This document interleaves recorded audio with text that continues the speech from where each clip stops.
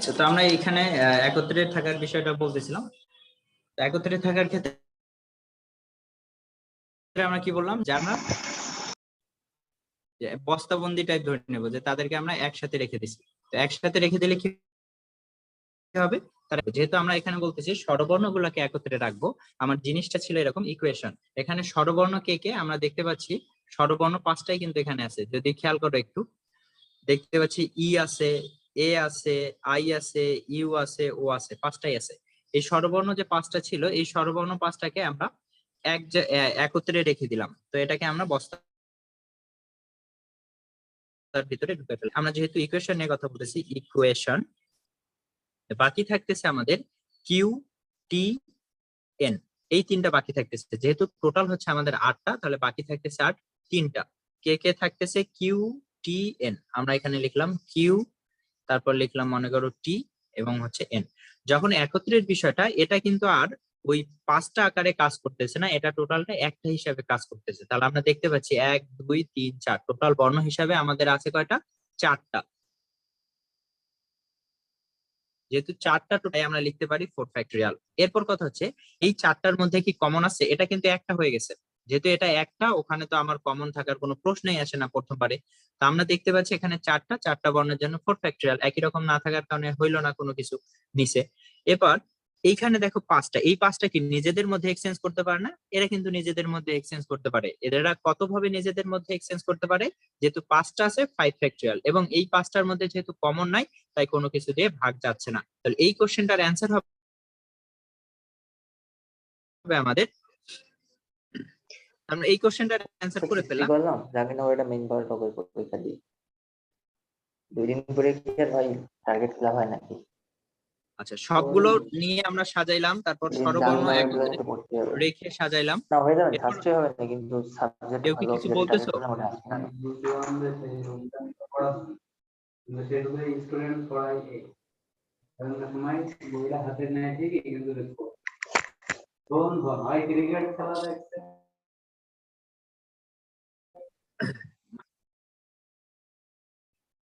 আচ্ছা, আমরা 2 নম্বর কোশ্চেনটা বুঝে ফেললাম। 2 নম্বর কোশ্চেন হচ্ছে এটা। 3 নম্বর কোশ্চেনের অ্যান্সার যেটা হবে, এখানে বলছে একত্রে না রেখে।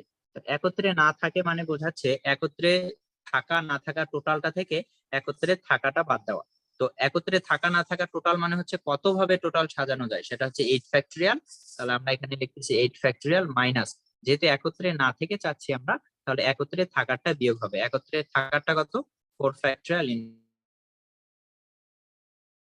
5 ফ্যাক্টরিয়াল। তো এমন কিছু ডাটা দিবে যেগুলো আমরা সহজে ক্যালকুলেশন করতে পারি। এখানে জাস্ট আমরা এক্সাম্পল অনুযায়ী এরকম ডাটা চুজ করছি। তো আমরা 3 নম্বর কোশ্চেন পর্যন্ত দেখলাম। এরপর হচ্ছে 4 নম্বর কোশ্চেনের অ্যান্সারে যাব। 4 নম্বর কোশ্চেন আমাদের কি ছিল দেখো, বলছে স্বরবর্ণগুলো অবস্থান পরিবর্তন করবে না, এই শর্তে কত ভাবে সাজানো যাবে। তো আমরা এখানে দেখতে পাচ্ছি যেটা, যে স্বরবর্ণ অবস্থান পরিবর্তনই করবে না।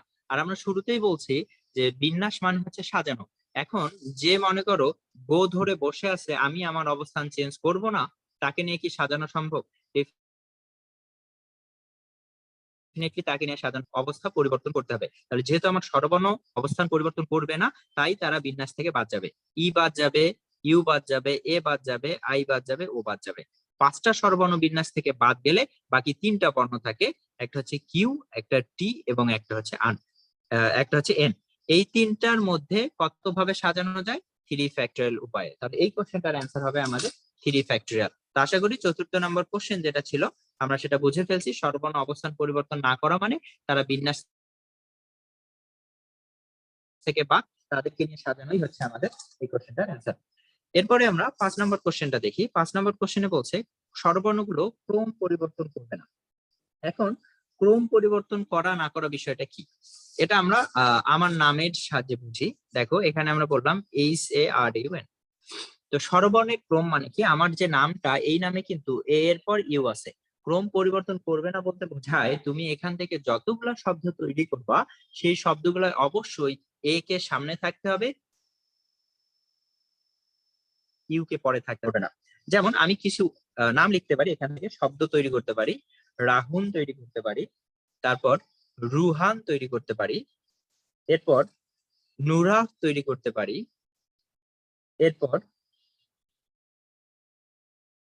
হানুট তৈরি করতে পারি, আরো অনেক কিছুই তৈরি করা যায়, নুহার তৈরি করতে পারি, নুহার এরকম তৈরি করা যায়। সবগুলা কিন্তু ছোট হাতের হয় হবে, ছোট হাতের না হয় বড় হাতের, যদিও আমি এভাবে লিখছি, সবগুলা একই লেনদেন হবে। এখন পরিবর্তন না করা মানে সবসময় এ কে সামনে থাকতে হবে, ইউ কে পরে থাকতে হবে। এইখানে দেখো এ সামনে আছে, ইউ পরে আছে, এটা গ্রহণযোগ্য। এইখানে দেখো ইউ সামনে চলে আসছে, এ পরে চলে গেছে, এটা গ্রহণযোগ্য না। কিন্তু এখানে ইউ সামনে চলে আসছে, এ পরে, এটাও গ্রহণযোগ্য না। এটা গ্রহণযোগ্য, এটা গ্রহণযোগ্য না। তাহলে যেগুলা গ্রহণযোগ্য সেগুলোতে অবশ্যই যে সিকোয়েন্সে আমার শব্দটা দেওয়া ছিল সেই সিকোয়েন্সে স্বরবর্ণগুলোকে থাকতে হবে। তো আমরা দেখতে পাচ্ছি এরকম কাহিনীগুলো হবে আর এরকম কাহিনীগুলো হবে না। তো এটা আমরা কিভাবে করতে পারি? যখন আমাদের বলবে ক্রম পরিবর্তন করবে না, তখন এক জাতীয় বলতে কি, এইটাও এ, আমি ইউটাকেও ধরে নেব এ, অথবা এইটা ইউ, আমি এটাকেও ধরে নেব ইউ, অথবা এটা আর ইউটা দুইটাকে আমি এক্স ধরে নেব। মোট কথা এক জাতীয় বর্ণ, একই রকম বর্ণ ধরে নিতে হবে। তাহলে এখন এখানে যখন আমরা বলতেছি যে স্বরবর্ণগুলা ক্রম পরিবর্তন করবে না, তাহলে স্বরবর্ণগুলাকে এক জাতীয় ধরে নিতে হবে। আমরা অ্যান্সার করি ইকুয়েশন, স্বরবর্ণ কে ছিল? পাঁচটা, তাহলে পাঁচটাকে একই রকম ধরে নিতে হবে, হয় পাঁচটাই এ ধরবো, না হয় পাঁচটা ধরো একই রকম ধরো। তাহলে এখানে টোটাল বর্ণ হবে আমাদের 8টা, 8 ফ্যাক্টরিয়াল। যেহেতু পাঁচটা একই জাতীয় হয়ে যাচ্ছে, 5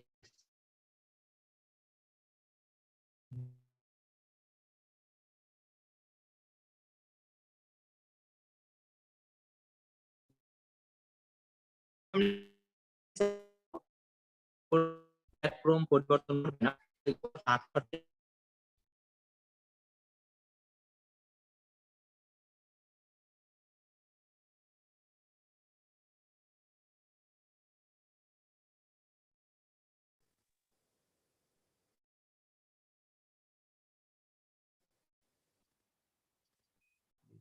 হয়ে গেছিল আবার। আচ্ছা, আমরা এই বিষয়টা আশা করি বুঝলাম। এরপরে আমাদের যে প্রবলেমটা ছিল সেটা হচ্ছে যে কতগুলা বর্ণ এ দ্বারা শুরু হবে। দেখো এটা কিন্তু সহজ। এ ফিক্সড পজিশন বলে দিছে যে শুরুটা এ দিয়েই হবে। যেহেতু শুরুটা এ দিয়ে হবে, তাহলে এ কি অবস্থান চেঞ্জ করতেছে? ডেফিনেটলি এ অবস্থান চেঞ্জ করতেছে না। যেহেতু এ অবস্থান চেঞ্জ করতেছে না, এ আমার বিন্যাস থেকে বাদ, এ বিন্যাস থেকে বাদ গেলে বাকি থাকবে 7টা। তাহলে 7 এর জন্য 7 ফ্যাক্টরিয়াল, এই 7টার মধ্যে কোনো কমন নাই, তাই এটাই হচ্ছে আমাদের অ্যান্সার। এরপরের কোশ্চেনটা দেখি, বলছে শুরুতে ই এবং শেষে এন। এবার কিন্তু দুইটা জিনিস ফিক্সড। এখানে আমরা যদিও বড় হাতের দিচ্ছি, এখানে কিন্তু সব আমরা ছোট হাতে লিখছি, তাহলে এখানে আমাদের ছোট হাতের দেওয়া উচিত। এখন দেখো যেহেতু শুরুতে ই জায়গা ফিক্সড, তাই তারা বিন্যাস থেকে বাদ, বাকি থাকে আমার 6টা বর্ণ, 6টার জন্য হচ্ছে 6 ফ্যাক্টরিয়াল। এরপরের কোশ্চেনটা দেখি আমরা, স্বরবর্ণ আর ব্যঞ্জন বর্ণ ক্রম পরিবর্তন করবে না। অর্থাৎ স্বরবর্ণ কখনো ব্যঞ্জন বর্ণের জায়গায় যেতে পারবে না, আর ব্যঞ্জন বর্ণ কখনো স্বরবর্ণের জায়গায় যেতে পারবে না। এটা আবার আমরা এক্সাম্পল স্বরূপ আগে শিখি, তারপরে এটার অ্যান্সার করি। দেখো আমি যদি বলি এখানে এইচ, আচ্ছা এটা প্রথমে কে ছিল বলতো? প্রথমে হচ্ছে ব্যঞ্জন, এরপর হচ্ছে স্বর, এরপর হচ্ছে ব্যঞ্জন, এরপর হচ্ছে স্বর, এরপর বলতে আসলে এখানে আমরা ভাওয়েলকে বোঝাচ্ছি। এখন এই ক্ষেত্রে দেখো ব্যঞ্জন স্বর, ব্যঞ্জন স্বর, ব্যঞ্জন, এই সিকোয়েন্সটা সবসময় মেইনটেইন করতে হবে। এটাকে আমরা বলতেছি স্বর এবং ব্যঞ্জনের আপেক্ষিক অবস্থান পরিবর্তন না করে। তো আমি কিন্তু এভাবে বলতে পারি, এই স্বর কিন্তু এই স্বরের জায়গায় যাইতে পারে, এই ব্যঞ্জন কিন্তু এই ব্যঞ্জনের জায়গায়, অথবা আর যে ব্যঞ্জন আছে এদের জায়গায় যেতে পারে। তো বিষয়টা কি এরকম দাঁড়াচ্ছে না যে স্বরবর্ণ স্বরবর্ণের মধ্যে বিন্যাস করবে, ব্যঞ্জন বর্ণ ব্যঞ্জন বর্ণের মধ্যে বিন্যাস করবে, যা হবে তাই অ্যান্সার। তো আমরা এখানে বলতে পারি যেহেতু দুইটা স্বরবর্ণ, এদের মধ্যে বিন্যাস, তিনটা ব্যঞ্জন বর্ণ, এদের মধ্যে হচ্ছে 3 ফ্যাক্টরিয়াল। যেহেতু কোনো কিছুতে কমন নাই, তাই কোনো কিছুতে ভাগ যায় নাই। এটা হচ্ছে আমার এটার অ্যান্সার। তাহলে ইকুয়েশনের জন্য কি হবে? ইকুয়েশনের ক্ষেত্রে আমরা দেখতে পাই ইকুয়েশন, এইখানে দেখো যে স্বরবর্ণ কি, যে স্বরবর্ণ হচ্ছে আমাদের 5টা আছে, তাহলে 5টা নিজেদের মধ্যে বিন্যাস করবে কত উপায়ে? 5 ফ্যাক্টরিয়াল উপায়ে। এবং ব্যঞ্জন বর্ণ নিজেদের মধ্যে বিন্যাস করবে, ব্যঞ্জন বর্ণ কয়টা আছে? 3টা, তাই তারা নিজেদের মধ্যে বিন্যাস করবে 3 ফ্যাক্টরিয়াল উপায়ে। তাহলে এটাই হচ্ছে আমাদের এই কোশ্চেনটার অ্যান্সার। তো আমরা অ্যান্সার করে ফেললাম 8 নাম্বার পর্যন্ত। এরপর হচ্ছে আমাদের 9 নাম্বার এবং 10 নম্বর কি বলছে, কতভাবে পুনর্বিন্যাস করা যায়। যদি কখনো তোমাকে কোনো শর্ত ছাড়া বলে যে কতভাবে পুনর্বিন্যাস করা যায়, তাহলে তুমি ডিরেক্টলি মোট বিন্যাস থেকে 1 বিয়োগ দিবা। তাহলে 9 নম্বর কোশ্চেনের অ্যান্সার হবে আমাদের যেটা 8 ফ্যাক্টরিয়াল ছিল মোট বিন্যাস, এখান থেকে 1 বিয়োগ দিতে হবে। এবার যদি শর্ত জুড়ে দেয় তখন কি করব? যেমন আমি যদি বলি টাইম এই শব্দটাকে কতভাবে পুনর্বিন্যাস করা যায়, স্যার 9 যেহেতু কোনো নাম্বারটা শব্দ আরেকবার। বলে দেয় নাই, তাই তুমি এখানে ডিরেক্ট লিখবা 4 ফ্যাক্টরিয়াল। বাট যদি আমি কখনো তোমাকে বলি টাইম শব্দটাকে কতভাবে পুনর্বিন্যাস করা যায়, তখন কিন্তু তুমি আর এইরকম এখানে কিন্তু 1 বিয়োগ যাবে, এইরকম ডিরেক্টলি কাজ করতে পারবে না। কেন করা যাবে না এই বিষয়টা আমরা একটু খেয়াল করি। আমি যখন বলতেছি যে আই দিয়ে শুরু হবে, দেখো আমি যখন বললাম এইরকম টাইম শব্দটা দিয়ে তোমাকে বললাম যে কতভাবে পুনর্বিন্যাস করা যায়, এই বিষয়টা বোঝায় আসলে এরকম। আমি তোমাকে 4টা বর্ণ দিছি, আই, ই, এম, টি। এই 4টা বর্ণ দিয়ে টোটাল কতগুলা শব্দ তৈরি করা যায়? টোটাল শব্দ তৈরি করা যায় কিন্তু 4 ফ্যাক্টরিয়াল, মানে 24টা। যখন সি, তাহলে ওই 24টার মধ্যে একটা হচ্ছে টাইম। যেহেতু আমি বলছি পুনর্বিন্যাস, তাহলে যেটা আছে এটা তো আর হবে না, তাই আমরা কিন্তু 1 বিয়োগ দিচ্ছি। বাট যখন আমি শর্ত আরোপ করে দিব, যখন আমি বললাম তোমাকে যে আই দ্বারা শুরু হবে, আই দ্বারা শুরু হওয়া মানে কি আই ফিক্সড হয়ে গেছে, আই ফিক্সড মানে বিন্যাস থেকে বাদ, বাকি কয়টা বর্ণ থাকতেছে আমাদের? টি, এম, ই। তাহলে এই তিনটার জন্য হচ্ছে 3 ফ্যাক্টরিয়াল। এখন কথা হচ্ছে আমার যে গিভেন শব্দটা, এই শব্দটা কি আই দিয়ে শুরু ছিল? না, এটা আই দিয়ে শুরু নাই, তাই এখান থেকে কোনো কিছু বিয়োগ যাবে না। তাহলে আমরা আশা করি বিষয়টা বুঝলাম যে কখন কোনো ধরনের শর্ত না বলে তাহলে আমরা 1 বিয়োগ দিব, আর যদি শর্ত বলে তাহলে আমরা আগের যে নিয়মগুলো শিখলাম সেগুলোর সাথে মিলানোর পর দেখবো যে ওই রকম শব্দই দেওয়া আছে কিনা। যদি দেওয়া থাকে 1 বিয়োগ, যদি দেওয়া না থাকে তাহলে 1 বিয়োগ যাবে না। তো আশা করি বিষয়টা বোঝাইতে পারছি। আমরা এই 10টা কোশ্চেন বুঝে ফেললাম। এরপরে আমরা যেটা দেখবো সেটা হচ্ছে সংখ্যা সংক্রান্ত। যে যেমন আমরা যদি বলি যে মোবাইল নাম্বারের ক্ষেত্রে কতগুলো মোবাইল নাম্বার গঠন করা যায় বা কতগুলো সেখান থেকে আমাদের যে কোশ্চেন গুলো ছিল, আমি যদি কোশ্চেন গুলো একটু রিভিউ দিই, কি কোশ্চেন ছিল দেখো। মোবাইল শব্দটার স্বরবর্ণকে একত্রে রেখে কতভাবে সাজানো যায়, এটা ছিল 18-19 সেশনে। তো আমরা যেহেতু একত্রে রাখার বিষয়টা বুঝলাম, তাহলে স্বরবর্ণকে বস্তাবন্দি আকারে একটা বস্তার ভিতরে নিয়ে নিবা, তারপর ক্যালকুলেশন করলে যা হবে তাই অ্যান্সার।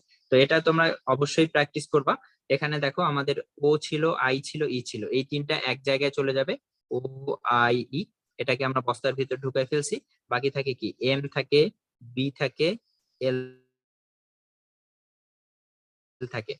6টা ছিল আমাদের, 6টার মধ্যে একত্রে রাখছি 3টাকে। এই 3টা একত্রে রাখার কারণে একটা বর্ণ হয়ে গেছে, তাহলে হয়ে যাচ্ছে টোটাল 4 বর্ণ। আর এরা নিজেদের মধ্যে বিন্যাস করতে পারে কত উপায়ে? 3 ফ্যাক্টরিয়াল উপায়। এটা ক্যালকুলেশন করলে যা হবে সেটাই হচ্ছে আমাদের অ্যান্সার। 4 ফ্যাক্টরিয়াল মানে 24, 3 ফ্যাক্টরিয়াল মানে 6, গুণ করলে হচ্ছে 144। এটা হচ্ছে আমাদের অ্যান্সার। এরপরে যে কোশ্চেনটা ছিল সেটা হচ্ছে লাফটার, LAUGHTER। এখান থেকে বলছে তোমাকে কতগুলো শব্দ গঠন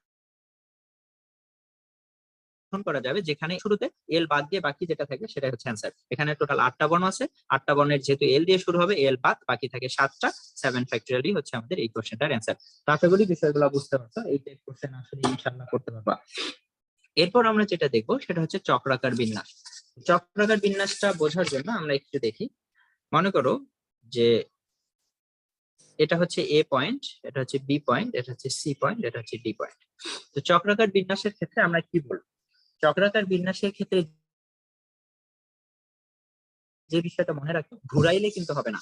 ঘুরাইলে কখনোই বিন্যাস সম্ভব না। কেন সম্ভব না আমি যদি একটু তোমাকে বোঝানোর ট্রাই করি। দেখো যদি আমরা ঘুরাই, এইভাবে ঘুরাই, তাহলে এর জায়গায় ডি আসবে, এখানে ডি আসলো, এখানে এ আসলো, এখানে বি আসলো, এখানে সি আসলো। বাহ্যিক ভাবে যদি তোমার মনে হয় বিন্যাস, তবুও কিন্তু এটা বিন্যাস না। কেন বিন্যাস না? এ কিন্তু ওর আগে দেখছে এই সাইডে আছে বি, এই সাইডে দেখছে ডি কে।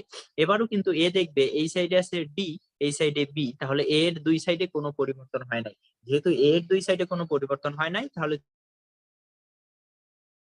তুমি নতুন কোনো বিন্যাস ঘুরাই দিছো, এটা কোনো বিন্যাস না। তাহলে বিন্যাস করার জন্য আমাকে কি করতে হবে? বিন্যাস করার জন্য আমাদের চাকরিকের ক্ষেত্রে যে কোনো একটাকে ফিক্সড করে নিতে হবে। তাহলে এখানে আমার 4টা ছিল, যে কোনো একটাকে ফিক্সড করে নিলে বাকি থাকবে কয়টা? 3টা। তো তখন আমরা লিখতে পারি 3 ফ্যাক্টরিয়াল উপায়ে সাজানো যায়। তাহলে চাকরিক বিন্যাসের ক্ষেত্রে অবশ্যই যে কোনো একটাকে ফিক্সড করে নেওয়া লাগবে। এটা আমরা বুঝলাম। এখন যদি আমি গোল টেবিলে 7 জনকে বসাই, তাহলে 7 জনের জন্য 7 জন কত ভাবে বসানো যাবে একটা গোল টেবিলে? তখন কিন্তু আমরা লিখবো কি 6 ফ্যাক্টরিয়াল, যে কোনো একজনকে ফিক্স। যদি আমার পুঁথির মালা টাইপ কাহিনী হয়, পুঁথির মালা বলতে কি, আমি যদি একটা পুঁথির মালা মনে করো সামনে তোমার তুলে ধরি, এই পুঁথির মালা আমি সামনে থেকে যা দেখবো তুমি কিন্তু ব্যাক সাইড থেকে তাই দেখবা, কারণ পুঁথির মালা তো সবগুলাই সুষম। তাহলে প্রত্যেক দুইটা দুইটা বিন্যাস করে একটা বিন্যাস হয়ে যাচ্ছে। এই জন্য পুঁথির মালার ক্ষেত্রে মনে করো আমি 7টা পুঁথির মালার ক্ষেত্রে যদি বিন্যাস করতে চাই, তাহলে অবশ্যই যেহেতু চাকরি হবে 6 ফ্যাক্টোরিয়াল হওয়ার পর যেটা, যেহেতু দুই সাইড থেকে একই রকম দেখতে, তাই 2 দিয়ে ভাগ যাবে, অর্থাৎ অর্ধেক সংখ্যক হয়ে যাবে। ঘটনা পুঁথির মালার মতোই হবে, জাস্ট একটা 2 দ্বারা ভাগবে। তো আশা করি বিষয় বুঝাইতে পারছি। এরপরে আমরা আসি যে বসানোর বিষয়টা। বসানোর বলতে কি, মনে করো তোমার কাছে 5 জন বিজ্ঞান বিভাগের ছাত্র আছে, 5 জন বিজ্ঞান বিভাগ, এবং 3 জন হচ্ছে কলা বিভাগ। এদেরকে তুমি সাজাবা, এদেরকে লাইনে সাজাইতে পারো অথবা চক্রাকারে সাজাইতে পারো। কতভাবে সাজানো যায় এই বিষয়টা আমরা দেখবো, বা কতভাবে এদেরকে বসানো যায় সেই বিষয়টা দেখবো। প্রথমে আমরা লাইনে বসানোর বিষয়। বিজ্ঞান শিক্ষার্থীর মাঝে 3 জন কলা বিভাগের শিক্ষার্থীকে কত ভাবে বসানো যাবে যেন 2 জন কলা বিভাগ পাশাপাশি না বসে। আমরা আগে 5 জন বিজ্ঞান বিভাগকে এভাবে এঁকে নিলাম। দেখো 5 জনের মাঝামাঝি যে পজিশন গুলা, এগুলাতে যদি কলা বিভাগকে বসানো হয় তাহলে কিন্তু তারা আর পাশাপাশি থাকবে না, তাদের মাঝখানে ব্যারিকেড হিসাবে আমাদের সায়েন্সের স্টুডেন্ট গুলো আছে। আবার দেখো এইটা যদি আমাদের বিজ্ঞান হয়, এর সামনের জায়গাটাও কিন্তু ফাঁকা, এখানেও কলা বিভাগ বসতে পারে, শেষের জায়গাটাও ফাঁকা, এখানেও কলা বিভাগ বসতে পারে। আমরা কলা বিভাগকে 1 2 3 4 5 6 এই 6 পজিশনে যে কোনো এক জায়গায় কলা বিভাগকে বসাইলে তারা কখনোই পাশাপাশি থাকবে না। কলা বিভাগ ছিল আমাদের কয়জন বলতো? 3 জন। তাই আমরা এখানে লিখতেছি কত? এখানে লিখতেছি 6p3। তাহলে 6টা জায়গার মধ্যে 3 জনকে আমাদের বসানো হবে। এরপর দেখো, যেহেতু এরা লাইনে বসছে, বাকি এই যে বিজ্ঞান বিভাগ এরা কিন্তু নিজেদের মধ্যে এক্সচেঞ্জ করতে পারে। নিজেদের মধ্যে কতভাবে এক্সচেঞ্জ করতে পারে? যেহেতু তাদের জন্য 5টা জায়গা, তাই তারা 5 ফ্যাক্টরিয়াল উপায়ে এক্সচেঞ্জ করতে পারে। এটাই হচ্ছে আমাদের এই কোশ্চেনটার অ্যান্সার। যদি লাইনে চক্রাকারে সাজাইতাম তখন কি হতো? আমরা এখানে দেখতে পাচ্ছি যে 5 জন বিজ্ঞান ছিল, 5 জন বিজ্ঞানের ক্ষেত্রে এভাবে সাজাচ্ছি 1 2 3 4 5। এই 5 জন বিভাগের মাঝে মাঝে যদি তুমি দেখো, মাঝে মাঝে কিন্তু 5টা জায়গায় থাকবে। তাহলে যখন আমরা লাইনে দেখতেছি, লাইনে যতজন হবে তার থেকে একটা জায়গা বেশি থাকে। যখন চাকরিকে হয়, চাকরিকের ক্ষেত্রে যতজন থাকবে ততটা ফাঁকা জায়গা থাকবে। তাহলে এখানে 5টা ফাঁকা জায়গায় আমাকে 3 জনকে বসানো লাগবে। তখন আমরা লিখতে পারি 5p3। এবং যেহেতু চাকরি, তাহলে যেহেতু বিজ্ঞান 5 জন ছিল, একজনকে ফিক্স হলে বাকি থাকে 4 জন, তাই এখানে হবে 4 ফ্যাক্টরিয়াল। এটাই হচ্ছে আমাদের এই কোশ্চেনটার অ্যান্সার। তো আশা করি এই যে বিষয়গুলো বুঝতে পারছো।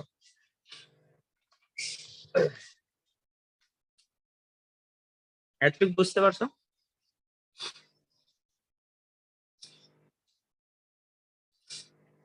এরপর হচ্ছে আমরা টাইপ 4 এ যাই। টাইপ 4 এ আমরা কি আলোচনা করব? টাইপ 4 এ যেটা আলোচনা করব, পুনরাবৃত্তিমূলক বিন্যাস। পুনরাবৃত্তিমূলক বিন্যাস, এখানে আমরা কিছু ঘটনা নিব। ঘটনা হচ্ছে কি, যে আমরা 4টা কোশ্চেন, মিনিমাম 4টা কোশ্চেন দিয়ে অ্যান্সার করার ট্রাই করব।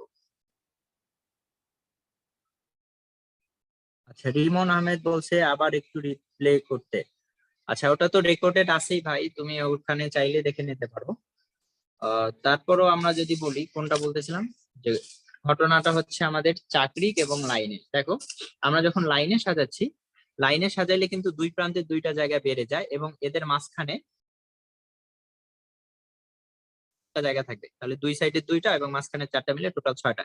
এই 6টা জায়গার মধ্যে 3 জনকে তোমার বসানো লাগবে, তাহলে এরা পাশাপাশি আর থাকবে না, তাই আমরা লিখছি 6p3।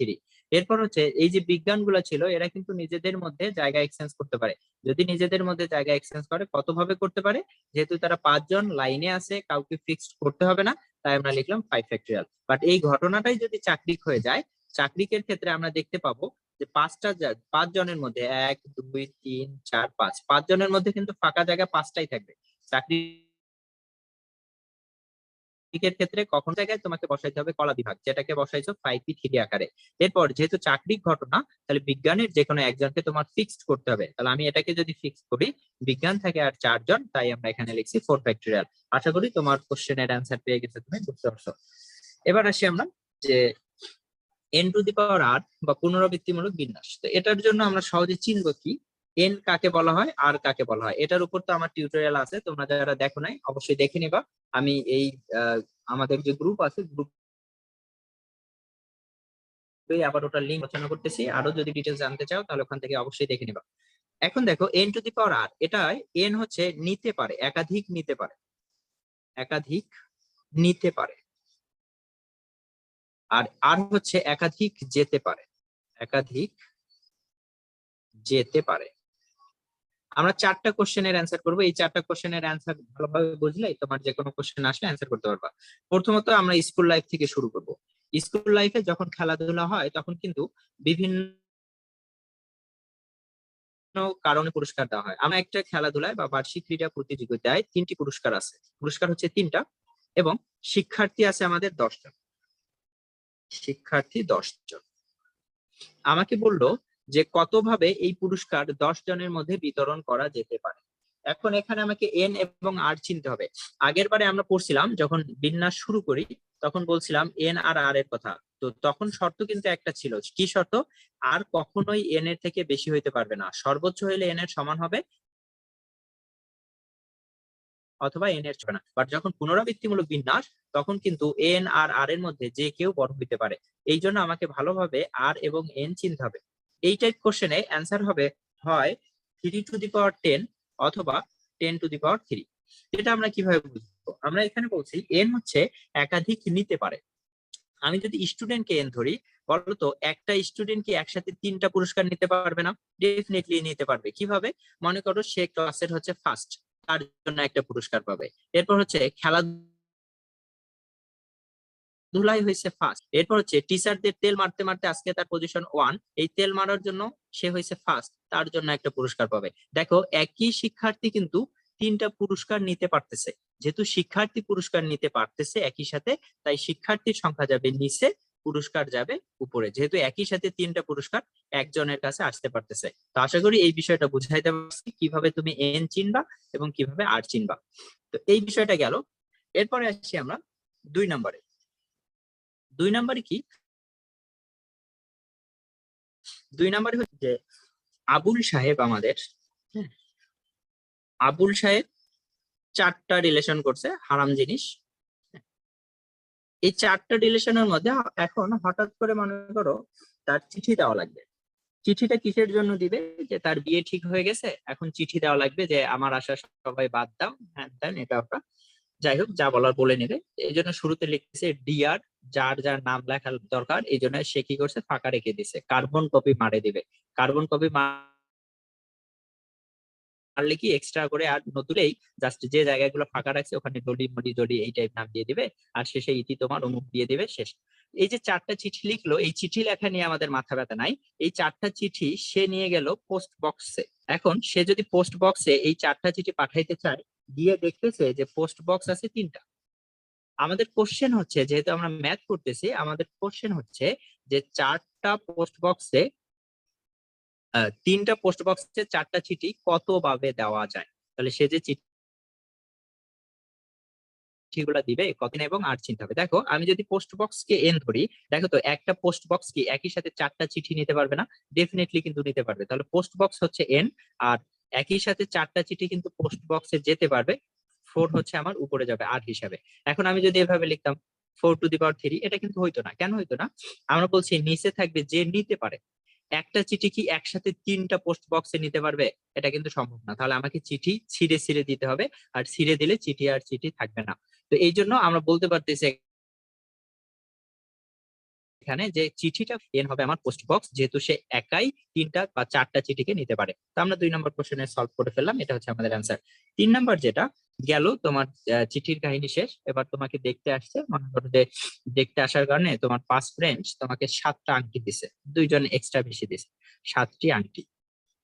এখন কোশ্চেন হচ্ছে, তোমাকে বললো যে এই তোমার মনে করো ডান হাত, আমরা ধরে নিলাম ডান হাতে 6টা আঙ্গুল নাই, ব্যতিক্রম থাকতে পারে মানুষের, আমরা ধরে নিলাম 5টা আঙ্গুলই আছে। আমাদের কোশ্চেন হচ্ছে এই 5টা আঙ্গুলে পড়ানো যায়। আঙ্গুল কিন্তু আমার 5টা, আংটি হচ্ছে 7টা।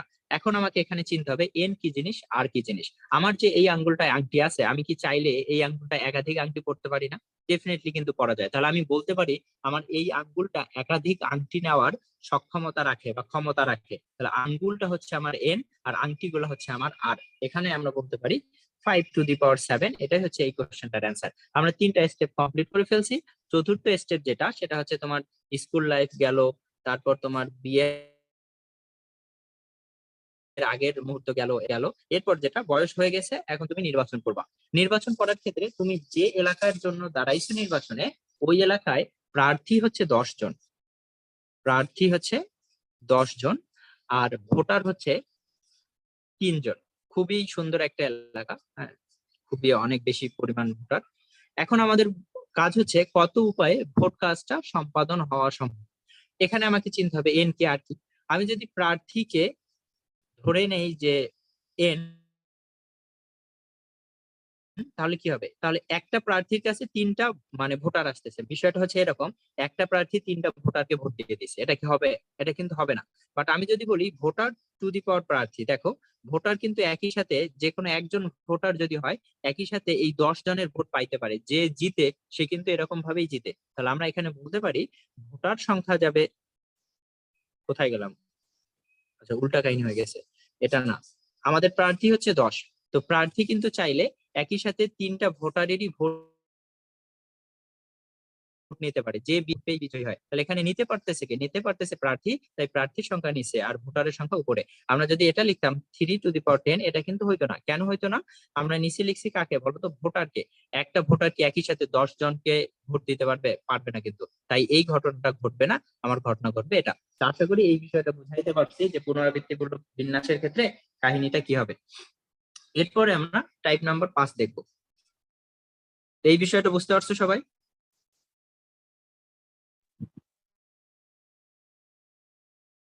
পাশে যদি আমরা বলি 0, 1, 2, 3, 4, 5, এখান থেকেও খুব বেশি কোশ্চেন আসে না, সহজ কোশ্চেন আসে। আমরা এখানে শুধুমাত্র একবার ব্যবহার করব, শুধুমাত্র একবার ব্যবহার করে।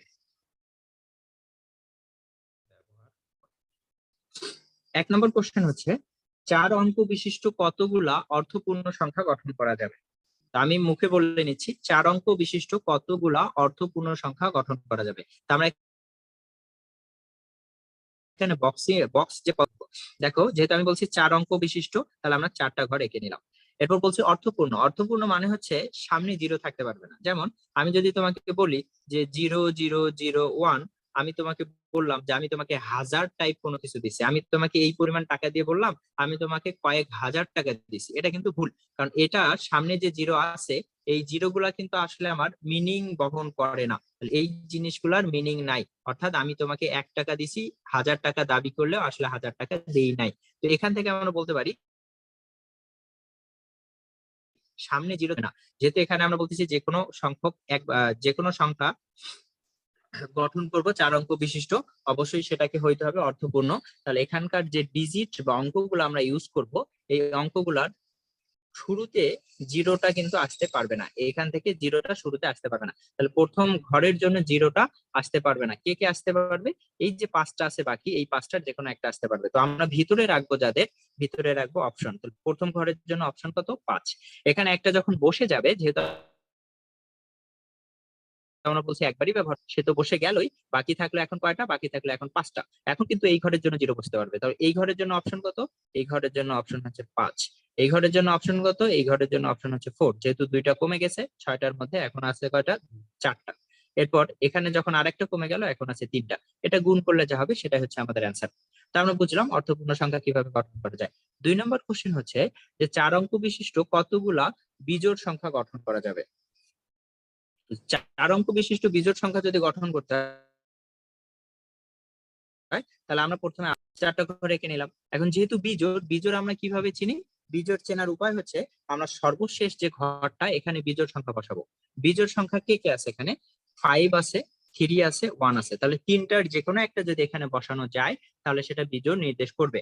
এই ঘরের জন্য অপশন কত? এই ঘরের জন্য অপশন হচ্ছে আমার 3। এইবার যেহেতু এখানে জিরোর কেস আছে, তাহলে প্রথম ঘরে আসতে হবে। প্রথম ঘরে কি জিরো বসতে পারবে? না, এখানে অলরেডি একটা বসে গেছে, প্রথম ঘরে জিরো বসতে পারবে না। তাহলে কে কি বসতে পারবে? আর একটা মনে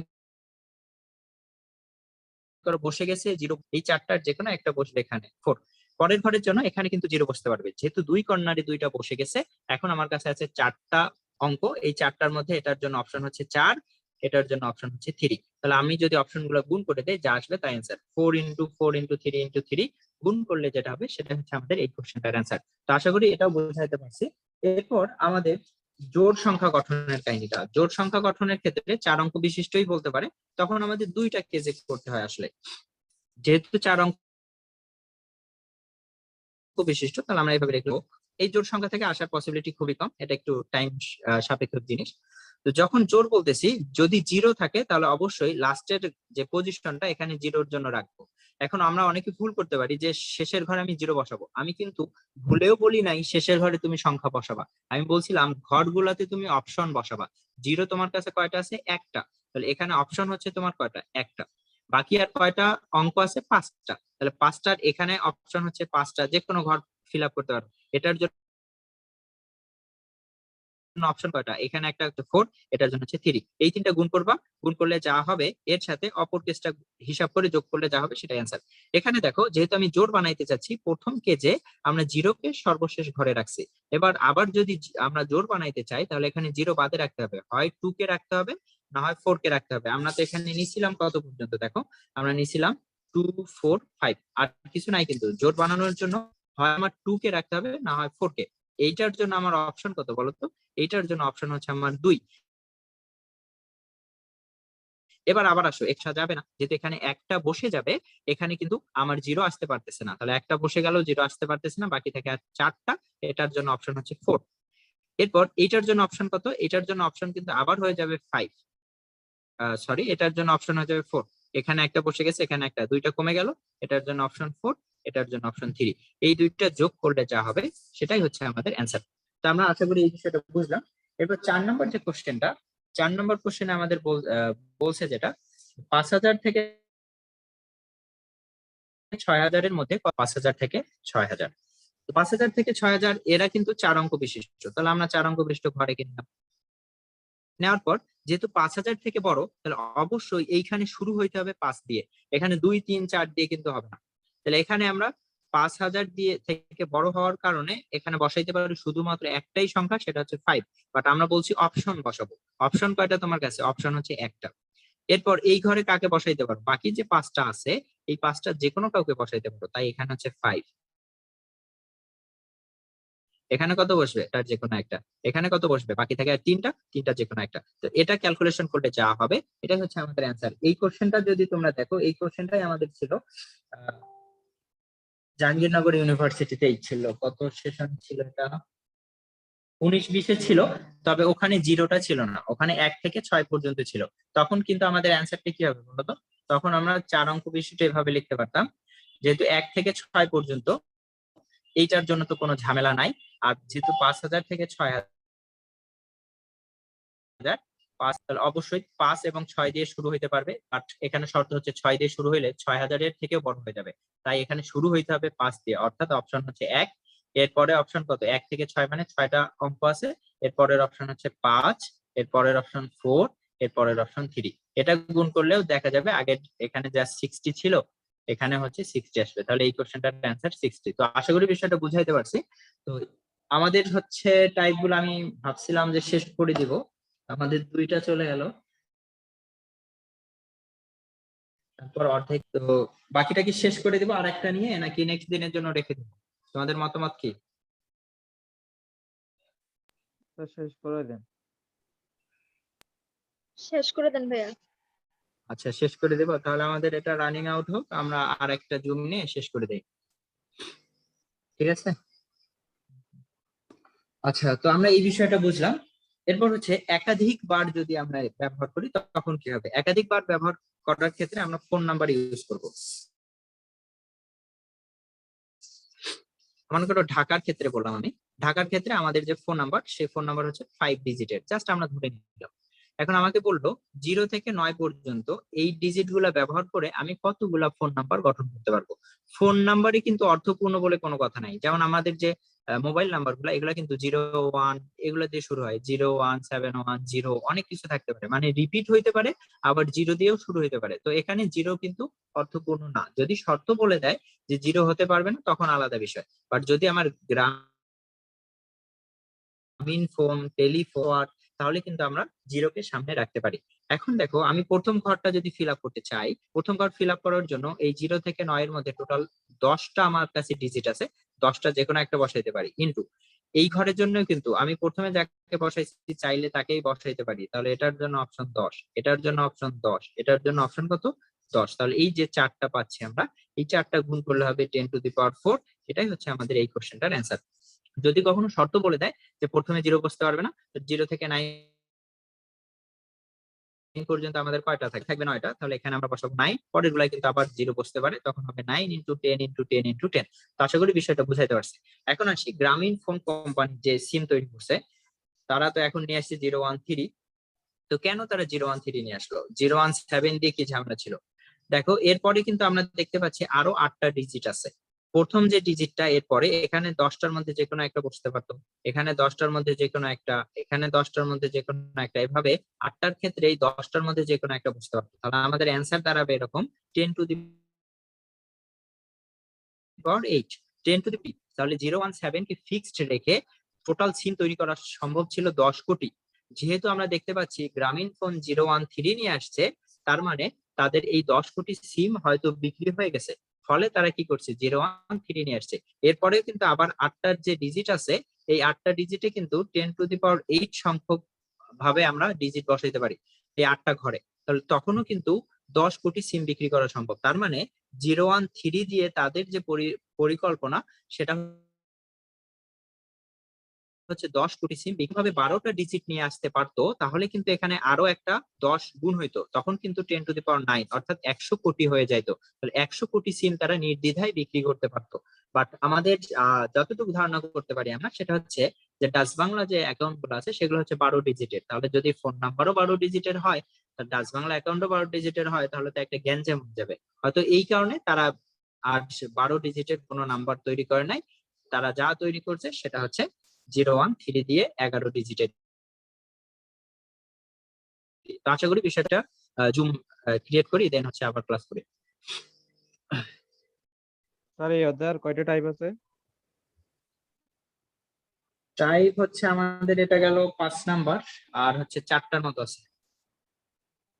কালকে কি আরেকটা নতুন চ্যাপ্টারে ধরবেন এটার সাথে? হ্যাঁ, এটার সাথে আরেকটা নতুন চ্যাপ্টার ধরবেন? না না, এইটা শেষ করে দেবো, বিন্যাস সমাবেশ শেষ করে দেবো।